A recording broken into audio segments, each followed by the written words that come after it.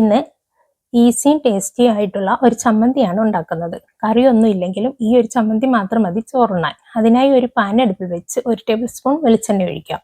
എണ്ണ ചൂടാകുമ്പോൾ അതിലേക്ക് ഇത്തിരി കറിവേപ്പില ചേർക്കാം.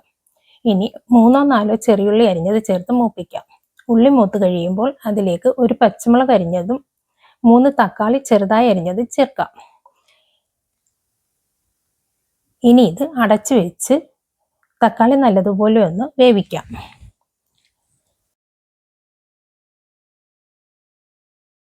ഇടയ്ക്ക് തുറന്നൊന്ന് ഇളക്കി കൊടുക്കാം.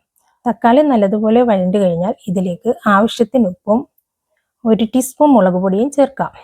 ഇനി ഇത് നന്നായി വഴറ്റി ഇതിലേക്ക് 1/2 കപ്പ് തേങ്ങ ചിരകിയത് ചേർക്കാം.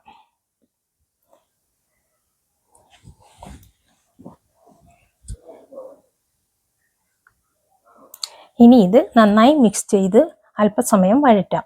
ഇനി ഇതിലേക്ക് 1-2 മുട്ട പൊട്ടിച്ചൊഴിക്കാം.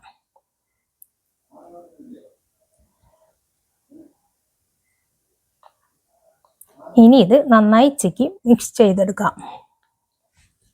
ഇത്രയേ ഉള്ളൂ, നല്ല ടേസ്റ്റിയായ എഗ്ഗ് ടൊമാറ്റോ ചട്നി റെഡിയായി. നിങ്ങൾക്ക് ഈ വീഡിയോ ഇഷ്ടമായെങ്കിൽ ലൈക്ക് ചെയ്യണേ. സബ്സ്ക്രൈബ് ചെയ്തിട്ടില്ലെങ്കിൽ സബ്സ്ക്രൈബ് കൂടി ചെയ്യണേ.